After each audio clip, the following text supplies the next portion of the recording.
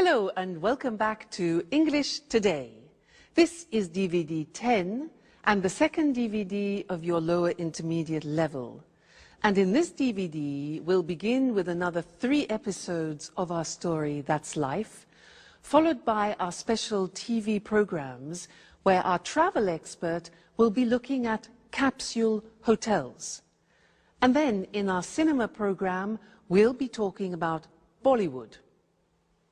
Then in the grammar section, we will study more about the forms will and going to in the future and their uses. We'll also study the past continuous tense and the different uses of the word like. So, I hope you enjoy yourselves.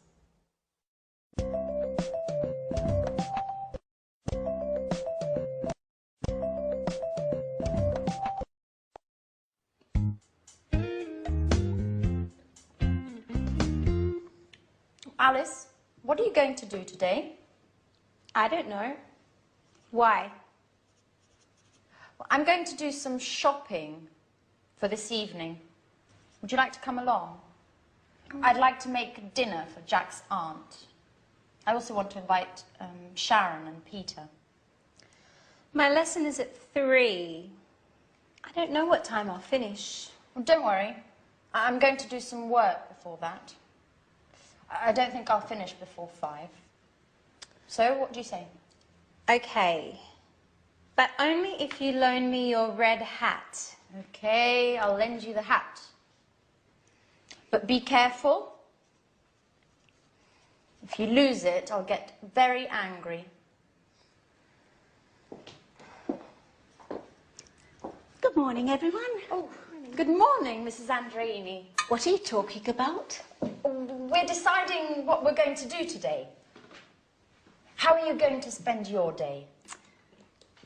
I think I'll go for a walk in the city centre. Maybe do a little shopping. Oh, I think it's going to rain. Just look at those clouds. Hi, guys. Hi, Auntie. Morning. I'm on my way out. Jack, aren't you going to have breakfast? Oh, I can't, Auntie. I'm meeting a Japanese client. If I get there late, my boss will have a fit. You can't go on an empty stomach. Oh, don't worry. I'll have something to eat at lunch. Oh, wait, Jack. I'll come with you. So, we'll see each other at 5. Don't forget.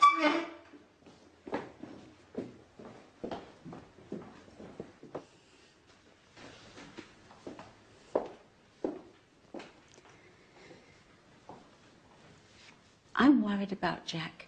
He's so thin. Maybe he isn't eating enough. Oh, he won't starve if he misses breakfast. He seems so run down and so distracted. He's always thinking about something else. Maybe he's in love. Excuse me a moment. I'll get that.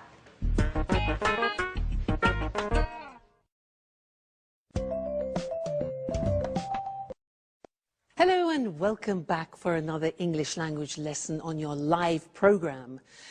I want to tell you something else about will. Remember that we learned will for snap decisions, like I'll buy it. Well, now I want to teach you another use of will which is very common for predictions. And I want you to watch this situation which is very typical of the use of will. Okay?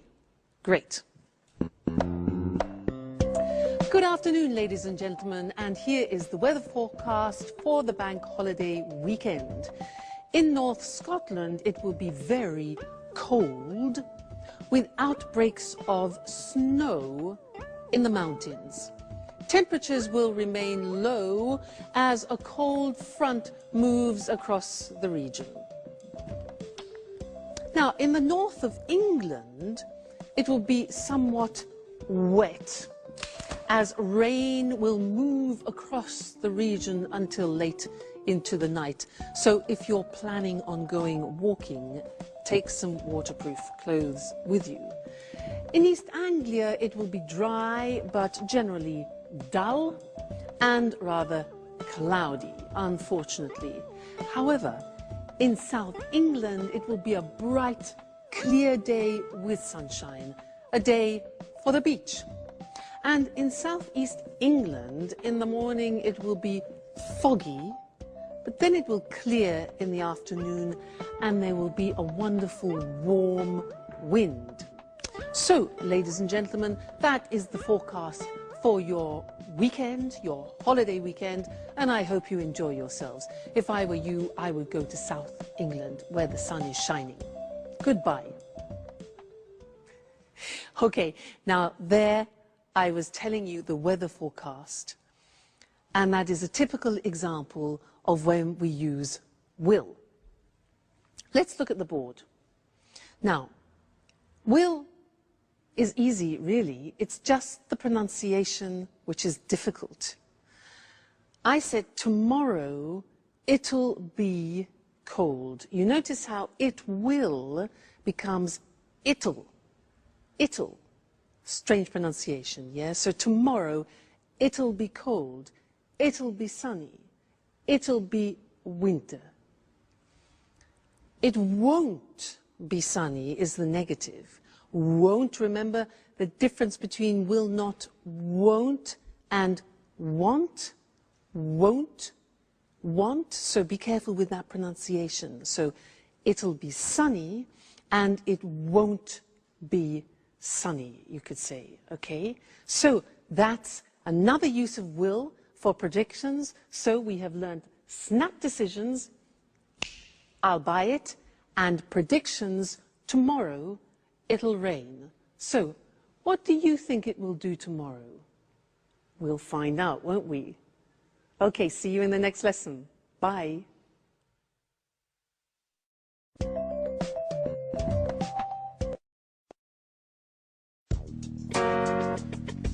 Sharon, this is Jack's Aunt Carolina. It's a pleasure to meet you. I'm Sharon Evans. I live next door. Another woman, and very pretty, I might add. Let me guess, you're Jack's friend too? Who knows why my nephew prefers female friends? Excuse me, I have to go. Sharon, why don't you stay? You can get to know each other better. Sharon, I'm a little worried about Jack. He's so distracted these days. Maybe there's something you know I don't. Me? I don't know anything, really. It's strange. I know his work is going very well. Maybe there's a woman in the picture? Listen, I'm very sorry. As I told you, I don't know anything about it. Now, I really must get going. Okay. What's the matter, Sharon? You look a little upset. I'm fine. Just a little tired, that's all. Listen, Sharon, you seem like such a nice girl. May I ask you a favor? Certainly. Go right ahead. You know I'm going to leave in a few days. When I leave, will you take care of Jack? It would make me feel so much better. Oh, well, I don't know. I don't know if I can do that. And why not? I'm not really the right person. And I'm also engaged to Peter. We live together. Engaged. That's strange. Why do you say that? Because love is joyful, my girl. And you seem, well, you seem so unhappy.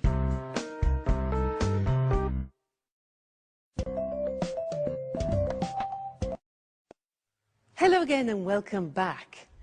Jack's aunt is like a walking X-ray, isn't she?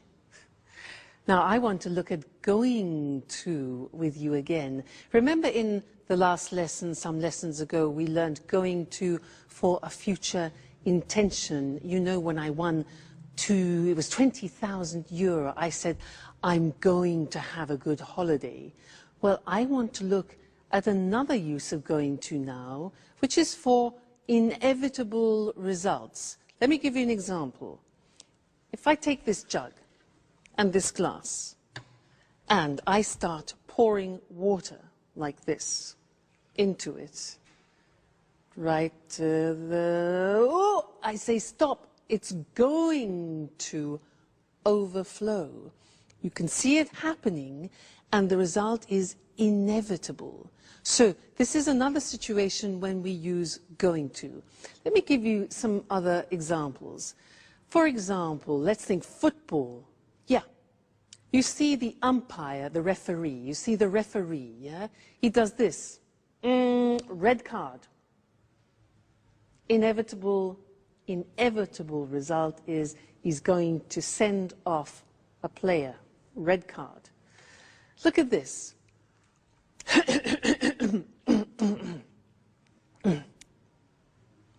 I'm going to make a speech. I'm clearing my throat. I'm preparing myself. The inevitable result is I'm going to make a speech. Okay, now this. My God, it's 4 o'clock. My train is at 4:15, and it takes me 20 minutes to get there by taxi. Oh no! Inevitable result. I'm going to miss my train. All right. One more example. Watch me.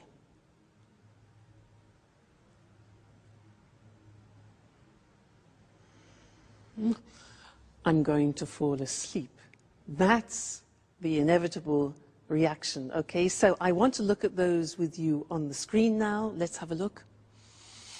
So before we said that we use going to for future intentions, so let's remind ourselves of that. So I'm going to learn Portuguese, for example, or he's going to make a speech. These are intentions, okay? Be careful, you're going to drop those plates. Okay, so when it's an intention, you often think about the plan. You've planned it before. Remember that? I'm going to go on holiday. I'm going to buy some beautiful plates. It's all planned and programmed. But going to, in this situation I showed you, is for something you see is about to happen. So I look at my clock. I'm going to miss my train. The referee's going to send him off the football pitch, for example. Be careful. You're going to lose the match in the football situation, for example. Okay? So these are all things that are going to happen. You see them, and it's inevitable. So you need to decide between the two situations, all right? Whether it's an intention or whether it's a predictable action or result. Now, an intention for you is you are going to be very good at English, okay? That's a future intention. Good. So that's going to, and I'll see you again in the next lesson. Bye.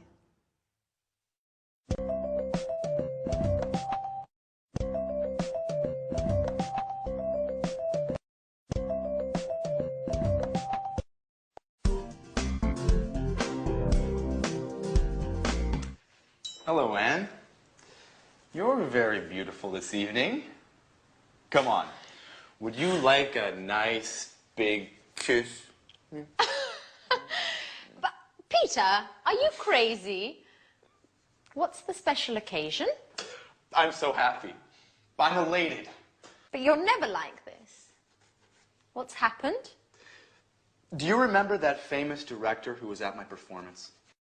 What did he look like? You know, that tall, well-dressed man, about 50 years old. He looked like Clark Gable. Oh, yes. Now I remember. Well, he said he wanted to direct a musical in Japan. Yes? And?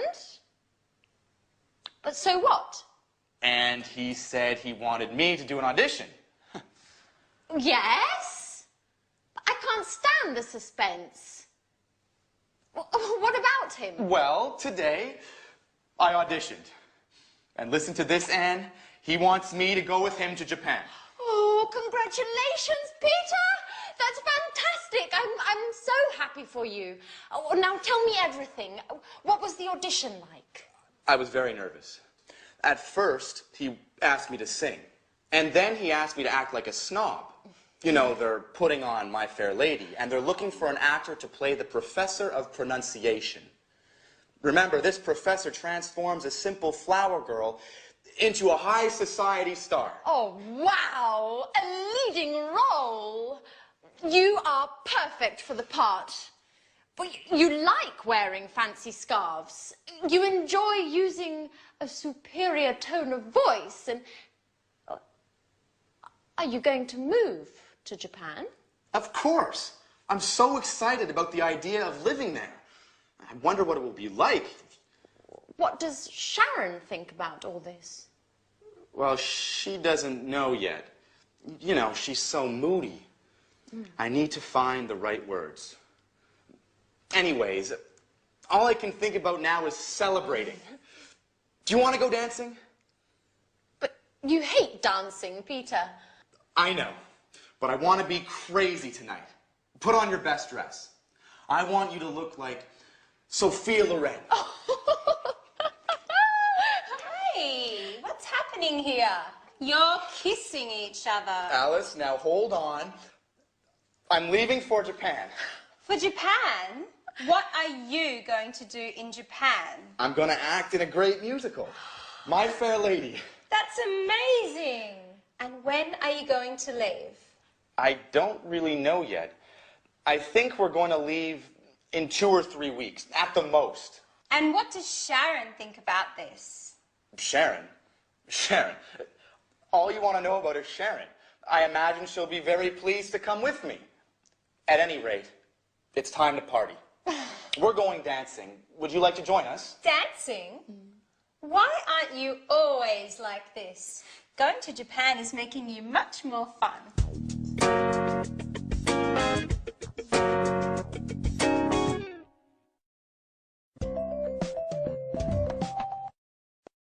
Hello again and welcome back to English Today for some more English lessons.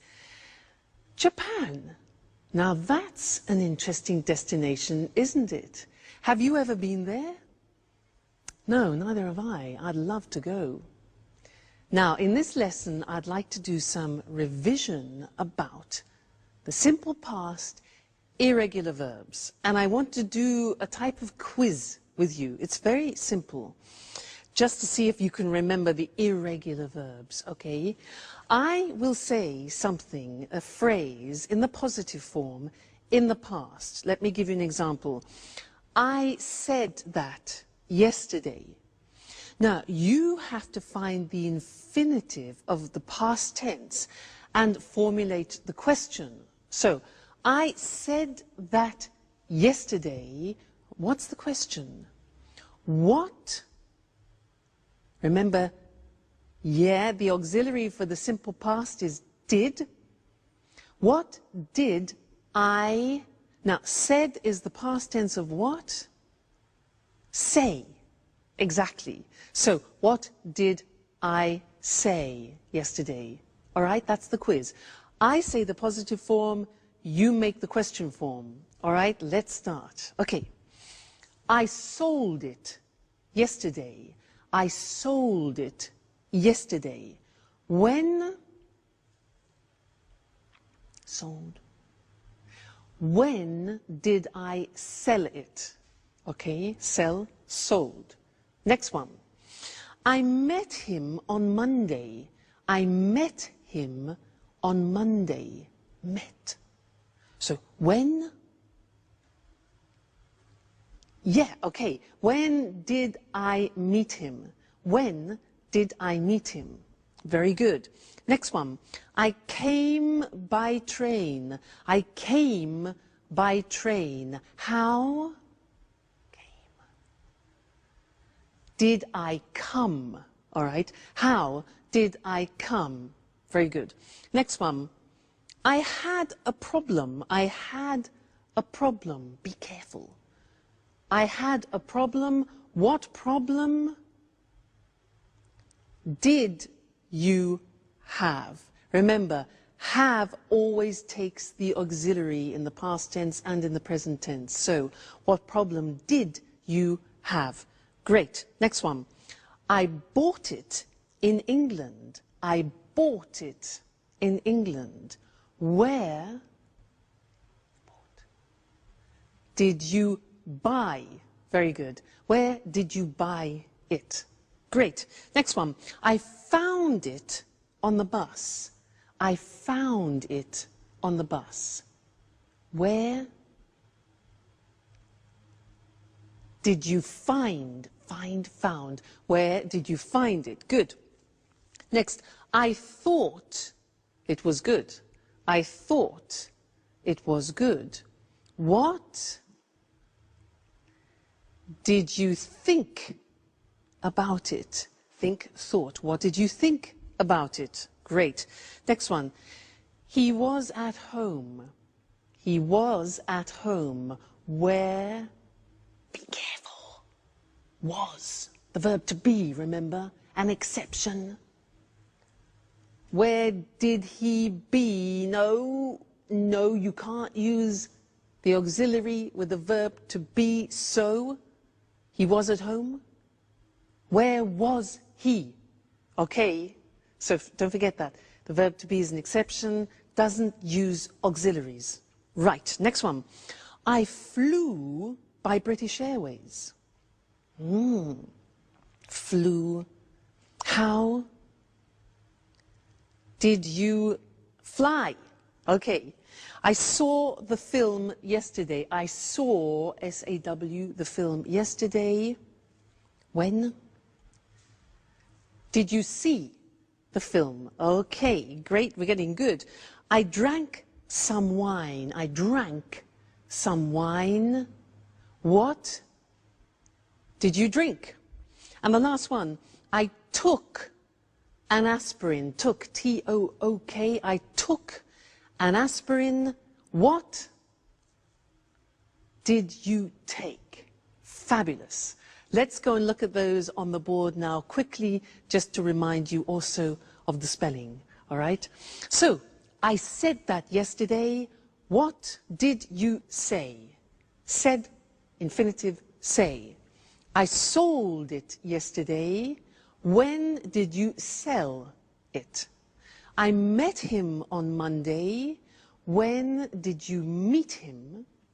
I came by train. How did you come? I had a problem. What problem did you have? I bought it in England. Where did you buy it? I found it on the bus. Where did you find it? I thought it was good. What did you think about it? He was at home. Where was he? No auxiliary. I flew by British Airways. How did you fly? I saw the film yesterday. What did you see? I drank some wine. What did you drink? And I took an aspirin. What did you take? Great. You see, it's really just a question of practice. With the irregular past tense verbs, it's a question of memory and familiarizing yourselves with them. It will come with practice. Okay, great. So, see you in the next lesson. Bye.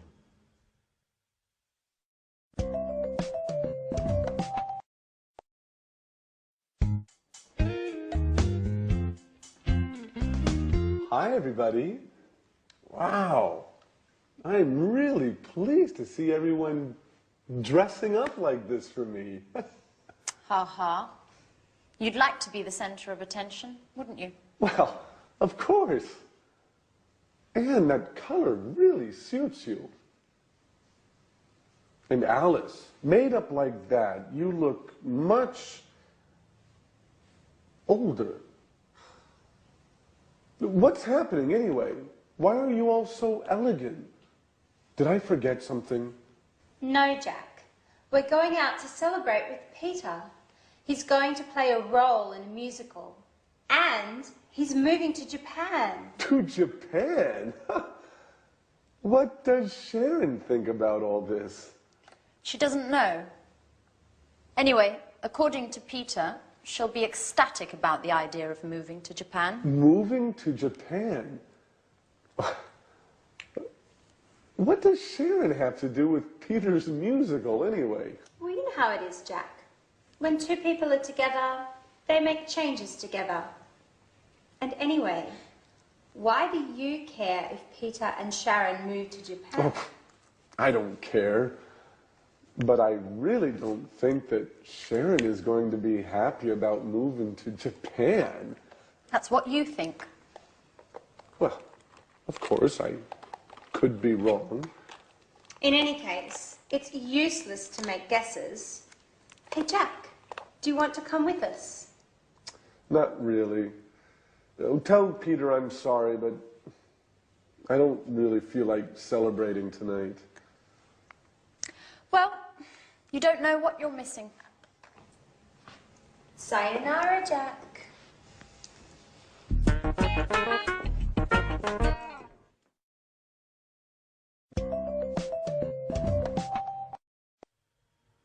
Sayonara. Do you know what that is in English? Well, it's hello, hi, howdy, how you doing, how's it going? Sayonara. In that episode, we heard 3 interesting uses of like. Now, Anne said, what did he look like? Peter said, I wonder what it'll be like. And Peter also said, would you like to go dancing? Interesting, hey? This word like in English is really very, very interesting because it has different uses and different meanings. And Mr. Monkey is going to help me explain them to you. Now, if I ask the question, what would he like to do? What would he like to do? Mr. Monkey, what would you like to do? Mr. Monkey, you know what he said? He said he would like to find a Mrs. Monkey. Well, that's natural. What does it express? What would he like to do? Would like expresses desires, wishes, and wants. So that's one form. What would he like to do? What is his desire? Would like with the conditional form. That's one. Next one. If I ask what does he like in the present tense, what does he like? Well, I know he likes jumping around trees and eating nuts. What do you like? That's a question about your general likes, the things that you like doing on a regular basis. For example, I like singing. He likes eating nuts. What do you like doing? Do you like going to the cinema, going to the theater? So those are general likes. All right, number 2. Number 3, I say, what does he look like? The answer to that question is, well, he's got blonde hair, he's got a squashy nose, and he's got short legs. Sorry, Mr. Monkey. Now, what does he look like? We use, when we're talking about somebody's physical appearance. What does he look like? What does my boyfriend look like? Well, he's not too tall, actually. He's good looking, he's dark, he's handsome. All right, look like is therefore physical appearance. And the last one is if I say, what is he like? The verb to be with like, what is he like? Well, the answer with Mr. Monkey is he's kind, he's loving, he's generous, he's just gorgeous. So what is he like is the general impression about something. So that's 4 different uses of like. Very, very interesting. Let's look at them together on the board to help you. So the first thing we said was talking about a specific request about something you desire or something you want. Okay, so what would he like to do? So would like. The answer could be, in his case, he'd like to have a long holiday in the sun. Yeah, and wouldn't you? All right.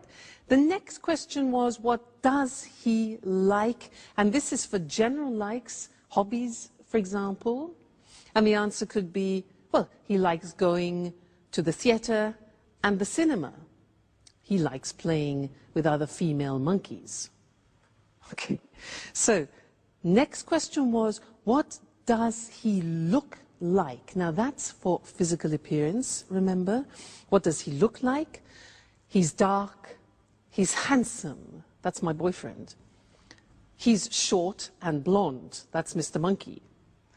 And then the last one is, what is he like? The verb to be with like at the end for general personality and character. So what's he like? Well, he's easygoing, he's very generous, he's friendly, etc. I want to draw your attention to one more question in English, which is often confused by people who speak other languages. The question, how is he, means only one thing in English. How is he, like how are you, is asking about somebody's general state of health, about how they're feeling. So, how are you? I'm fine, thanks. How is he is not about his appearance or his character, but about how he feels. How is he? He's fine. Or, well, he's a bit tired. He's a bit stressed. Okay? So, very, very interesting word, that like. And listen out for it, for the different uses, because you'll find it very useful. Won't they, Mr. Monkey? Yeah. See you soon. Bye.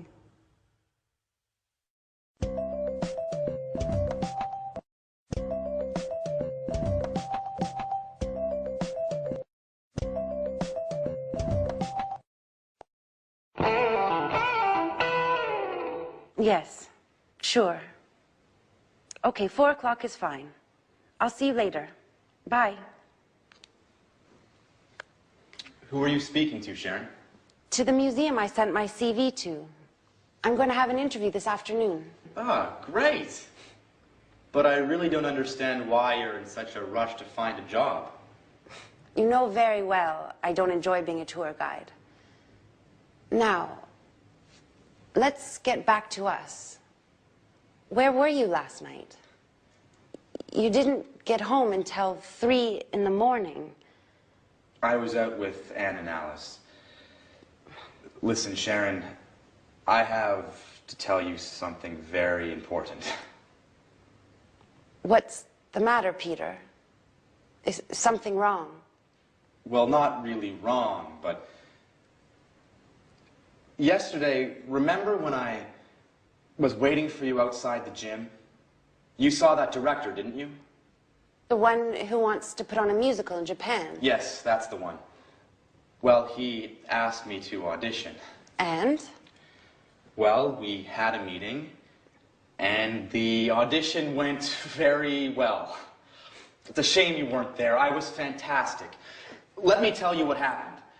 Firstly, when I arrived, they were rehearsing the first scene of My Fair Lady.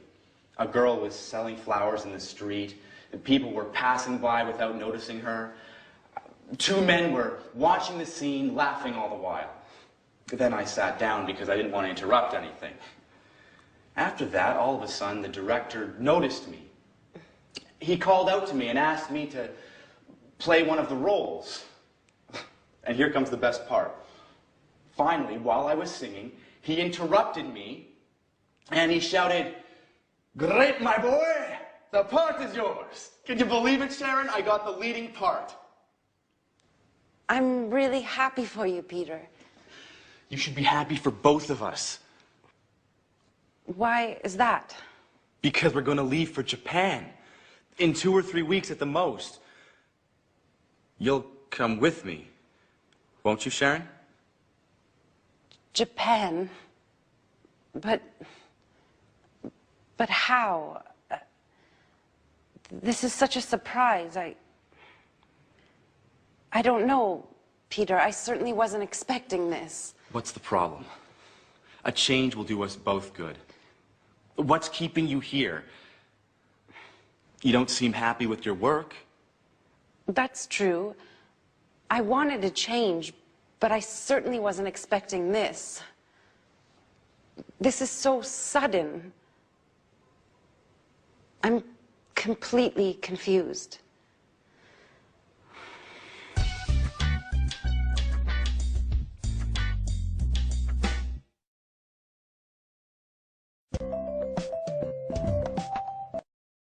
Hello again. Peter and Japan, or Jack and England? Sharon, the choice is yours. What would you choose? Now, there was something that Peter said in that episode which is interesting and that I'd like to teach you now. He said, while I was singing, he interrupted me and shouted, "The part is yours." While I was singing, he interrupted me. Now that is an example of the past continuous tense, which is what I'd like to look at with you now. And I want to give you some examples of that if you listen, using my friend, the alchemist. Now this is the alchemist. And he travels through many countries looking for magical potions to help people. And he was traveling in Tibet for many, many days and was extremely tired. So he decided to lie down and rest. So Mr. Alchemist rested in the mountains of Tibet. And while he was resting, a magical butterfly from Tibet rested near his head to protect him. And these butterflies in Tibet protect good people from the evil around. And there are evil things in the mountains of Tibet.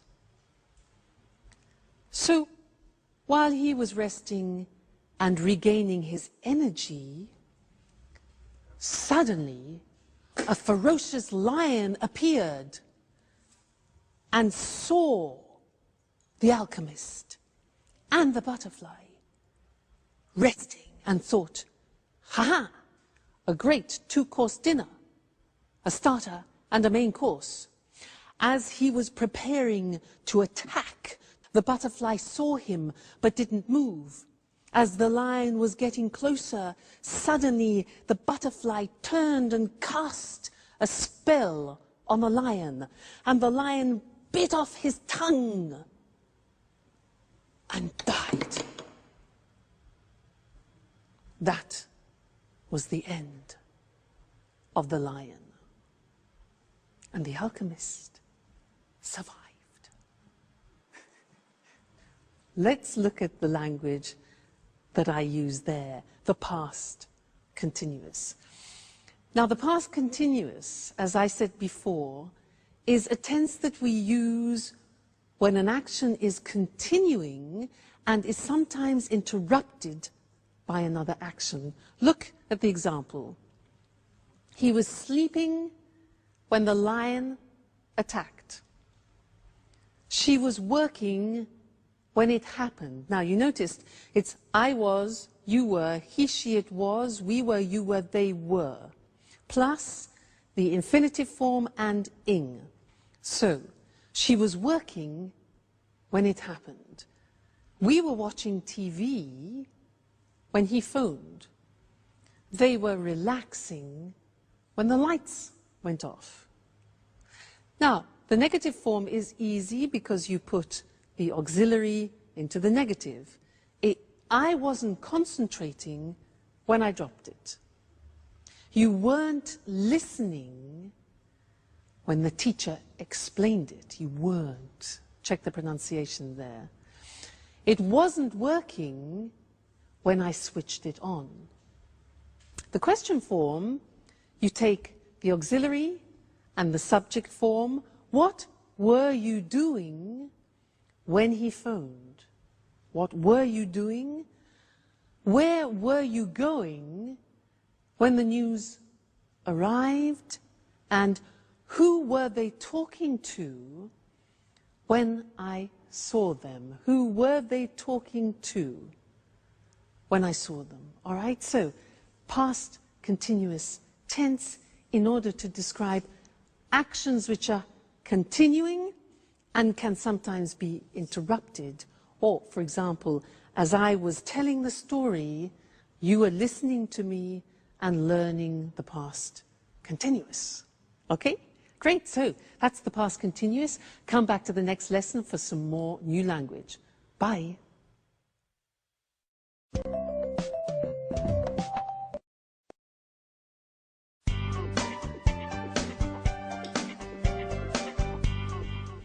Hi, Anne. What's that smell? What are you cooking? I'm cooking roast beef. Wow, I'm starving. You know, my sweet Anne, I was thinking about you today, about how you take care of Alice and me. You were fantastic. It's something I've been wanting to tell you for a long time. Come on, Jack. Stop it. Stop making fun of me. Oh, but it's true, Anne.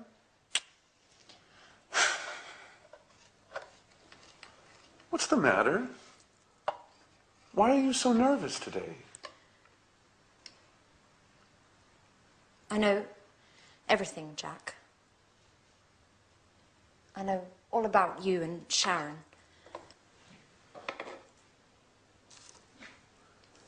And what is it exactly that you know? That you had a relationship many years ago, and that maybe you are still in love with her. And how did you find this out?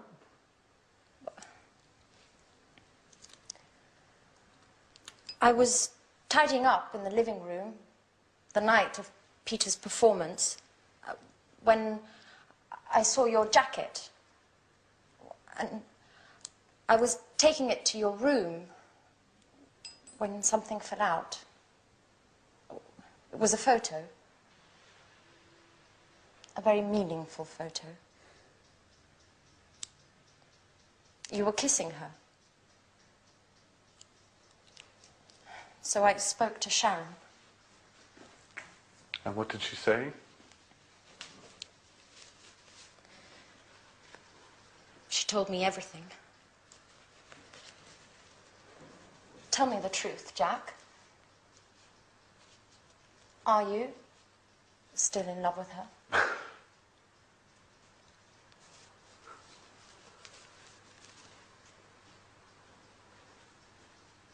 Well,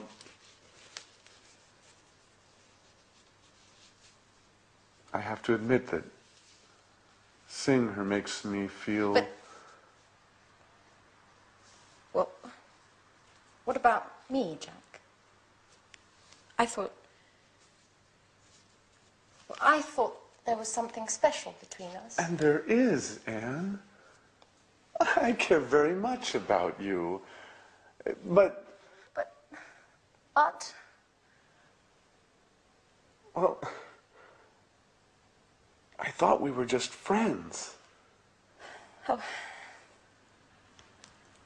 Okay, Jack. I understand now. Wait, Anne, I didn't mean to hurt your feelings. Well, it doesn't matter, Jack. Just remember, Sharon is going to Japan.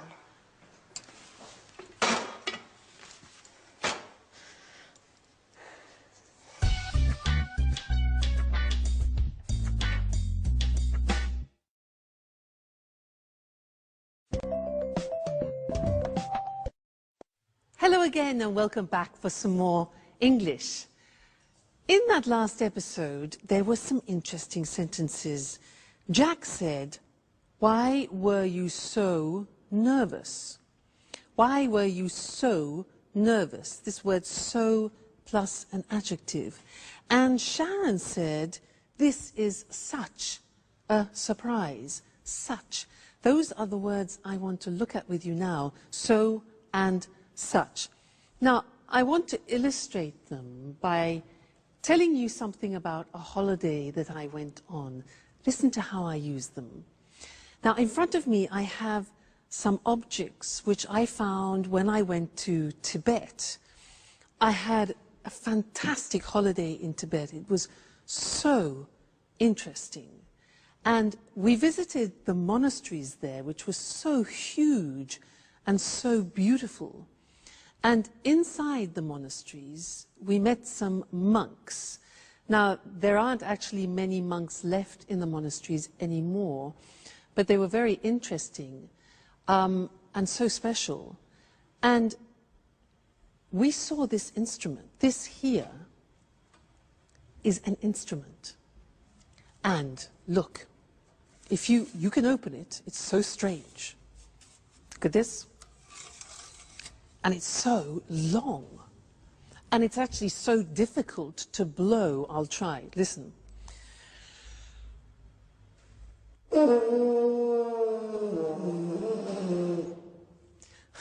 Well, when they played it in Tibet, it was much easier. Anyway, so interesting, this. So they have these instruments. And the monks wear these hats, look. Look. Oh, so strange, hey? Look at them. Very strange.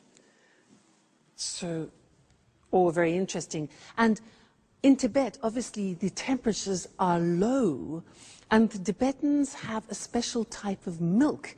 And this is a container where they keep the milk, and the milk is yak milk. It comes from these unusual cows with long hair and horns that make this milk, yak milk, which is so unpleasant if you're not used to it.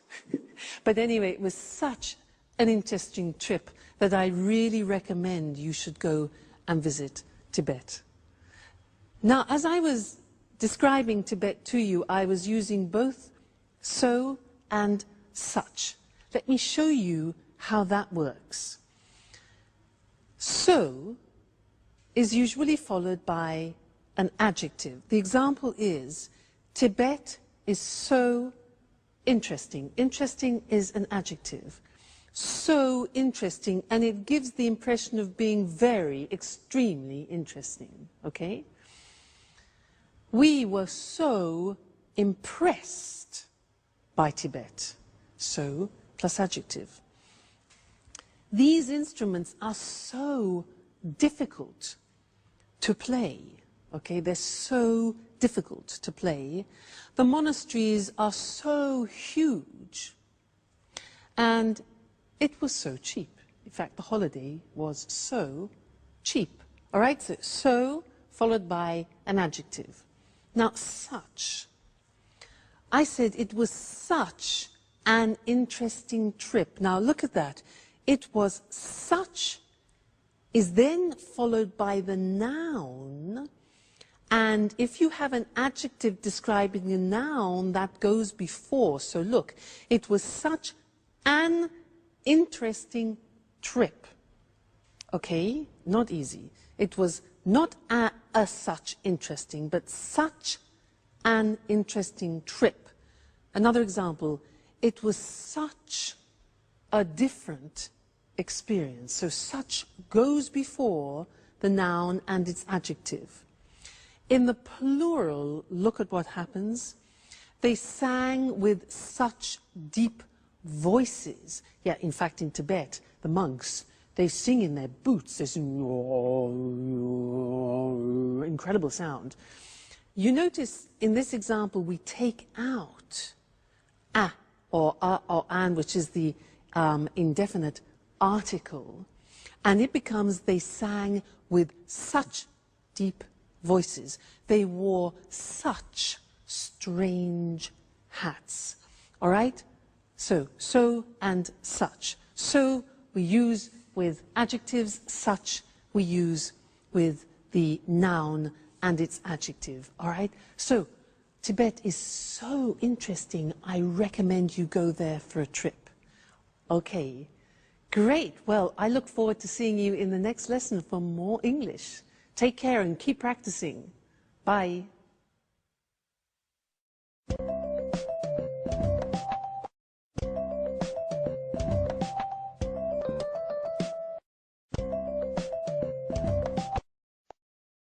Good morning. Welcome to this week's edition of the Travel Programme, and welcome to Christine Oteng, our travel expert. Good morning, Lucy.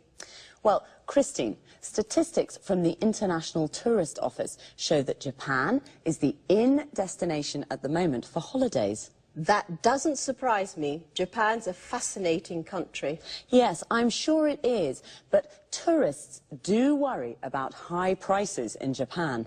It's true, Japan can be expensive, but there are ways to save money. Visitors can save on accommodation, for example. What do you have in mind? Well, I'm thinking of capsule hotels. There are lots of them in Tokyo and in other Japanese cities.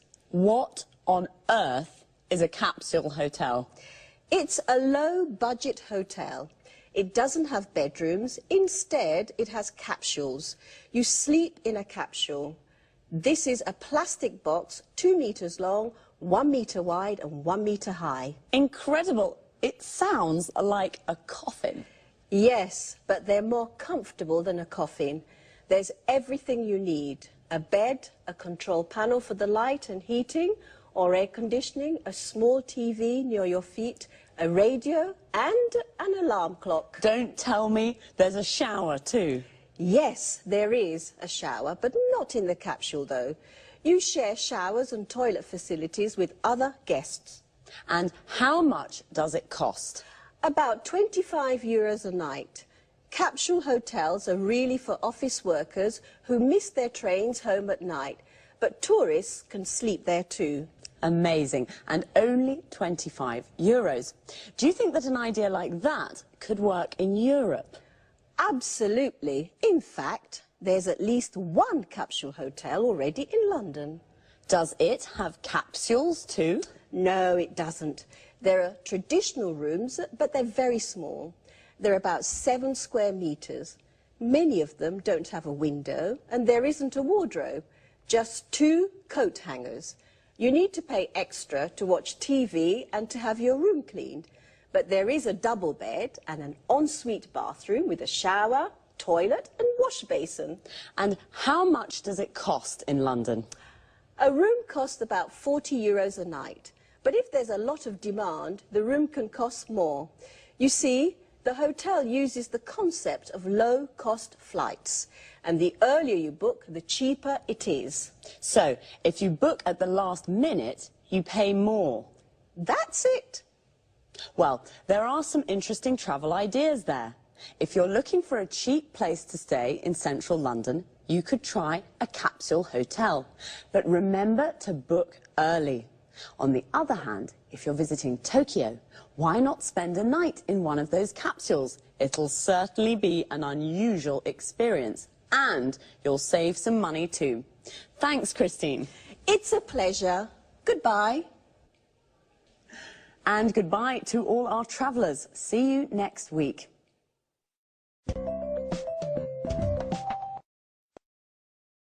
Christine said Japan is the in destination at the moment. We say something is in when it's fashionable and popular. We can say green is in, or green is the in colour.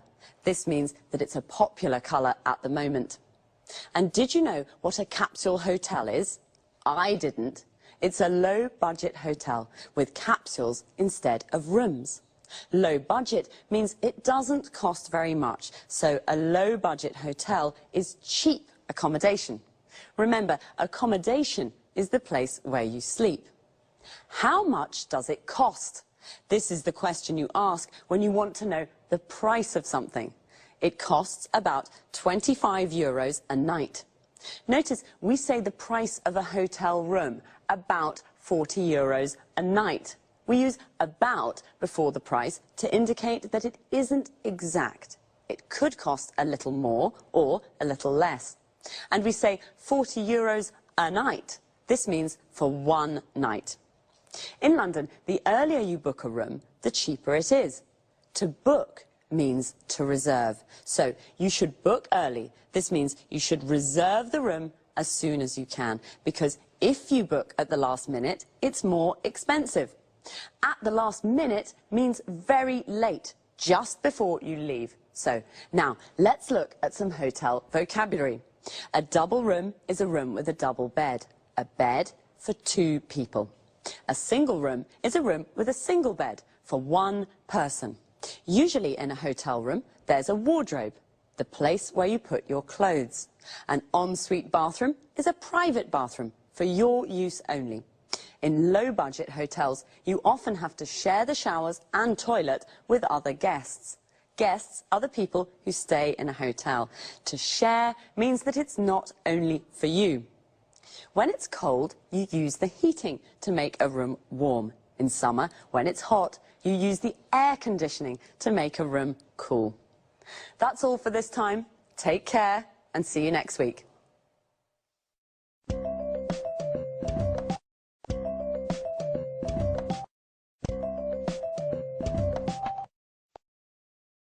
Good morning and welcome to this week's edition of Talk Cinema. And welcome to Sanjeev Gupta, our cinema expert. Hi Lucy, and hello everyone.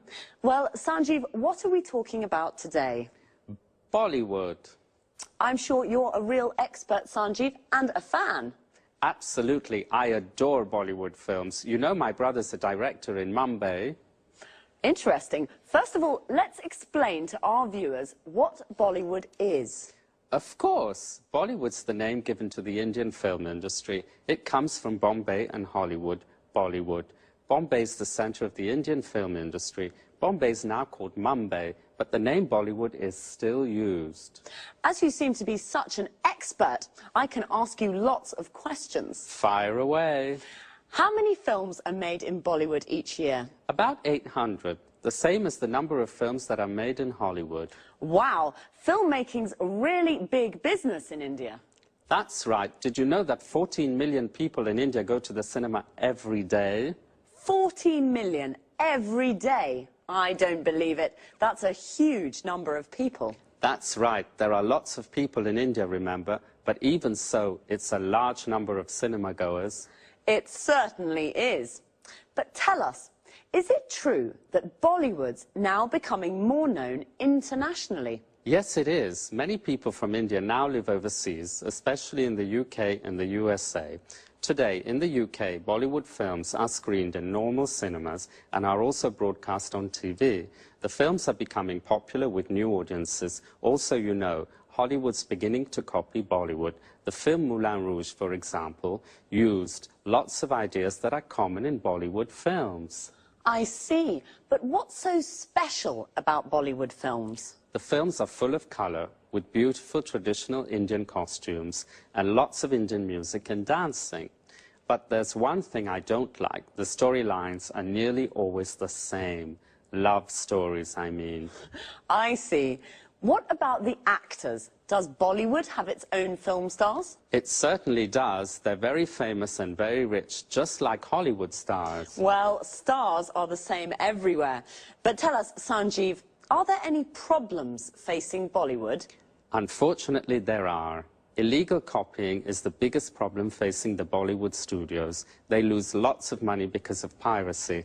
Another problem is that young audiences are becoming bored with the traditional love story formula. Today, the studios have to create new storylines. A typical new film is the one that is set in a call center in Mumbai and follows the lives of 6 young Indians working there. Did you know, Lucy, that many young Indian graduates now work in call centers? They answer calls in English from customers in the US and the UK. Yes, I have heard of the new call centres in India. So the film mirrors real life. It sounds fascinating. Well, Bollywood's booming and is becoming more known internationally. The stories are rather similar, love stories. But some new, interesting storylines are creeping in, right, Sanjeev? Right. Thanks, Sanjeev, and goodbye. Goodbye. See you again next week for another edition of Talk Cinema.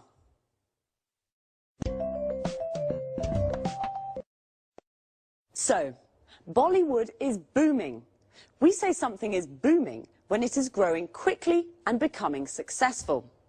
Bollywood is the name of India's film industry. The film industry is everything connected with making films.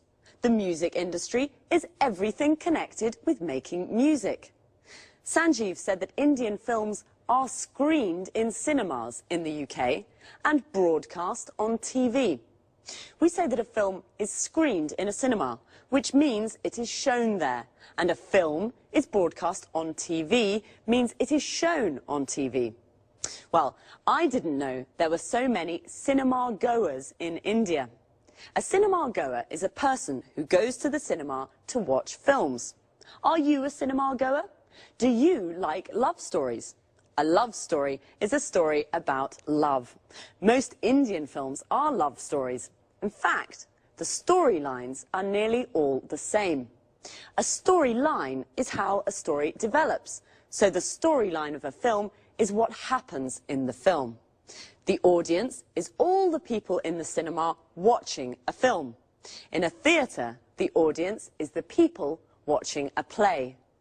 Young audiences in India are bored with love stories. This is a problem Sanjeev mentioned. He also said illegal copying and piracy are problems.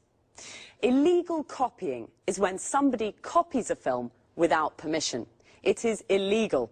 And piracy is when people sell the illegal copies.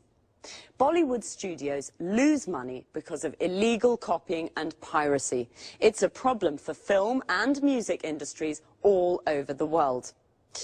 Do you remember the expression Sanjeev used when I told him I had lots of questions for him? He said, fire away. This is an informal way of saying, ask me those questions. Bye for now. See you next week.